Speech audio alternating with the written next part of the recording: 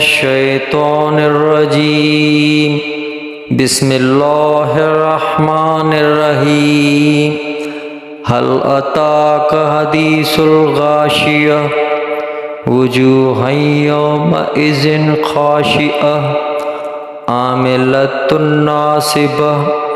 تصلی نارا حامیہ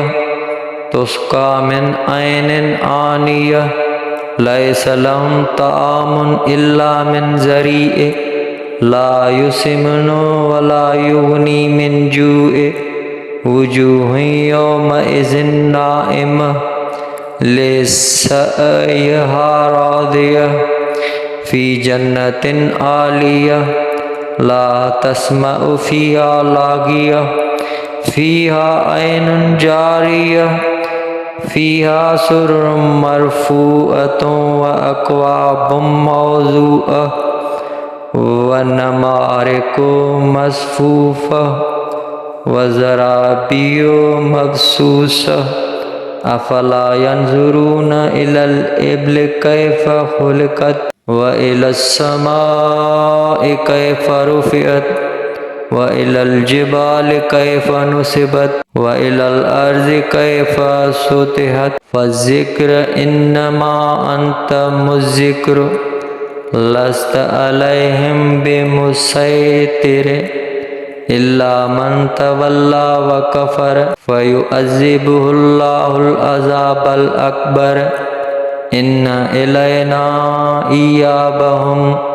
ثم ان علینا حسابہم۔ شروع اللہ کے نام سے جو بڑا مہربان نہایت رحم کرنے والا ہے۔ بے شک تمہارے پاس اس مصیبت کی خبر آئی جو چھا جائے گی، کتنے منہ اس دن ذلیل ہوں گے، کام کریں، مشقت جھیلیں جائیں، بھڑکتی آگ میں نہایت جلتے چشمے کا پانی پلائے جائیں، ان کے لیے کچھ کھانا نہیں مگر آگ کے کانٹے کے نف پھر بھی لائیں اور نہ بھوک میں کام دیں۔ کتنے ہی منہ اس دن چین میں ہیں، اپنی کوشش پر راضی بلند باغ میں کہ اس میں کوئی بیہودہ بات نہ سنیں گے، اس میں رواں چشمے ہیں، اس میں بلند تخت ہیں اور چنے ہوئے کوزے اور برابر بچھے ہوئے قالینیں